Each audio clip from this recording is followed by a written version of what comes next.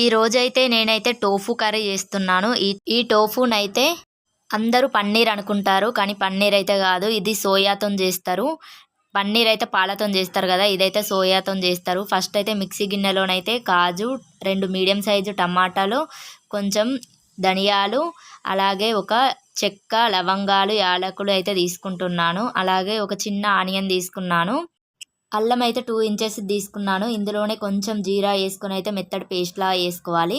తర్వాతనైతే ఒక కడాయి పెట్టుకొని అందులోనైతే కొంచెం ఆయిల్ వేసుకొని అయితే ఈ టోఫునైతే బాగా వేయించుకోవాలి.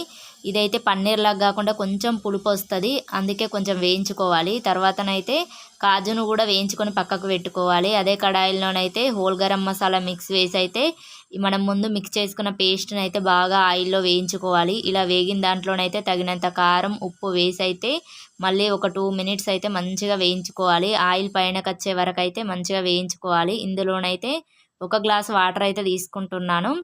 ఇందులోనైతే అవి మసులుతున్నప్పుడైతే అందులోనైతే టోఫునైతే వేయించుకున్నాం కదా, దాన్నైతే తీసి అయితే వేసుకోవాలి. ఇలా వేసుకొని అయితే ఒక 15 మినిట్స్ అయితే ఉడకబెట్టుకోవాలి. అవి ఉడుకుతుండగానైతే కాజునైతే వేసుకోవాలి. కాజును వేసుకొని కూడా మళ్ళీ ఒక 10 మినిట్స్ అయితే మీడియం ఫ్లేమ్లోనైతే ఉడకబెట్టుకోవాలి. అంతే, ఎంతో టేస్టీగా ఉండే టోఫు కర్రీ అయితే రెడీ.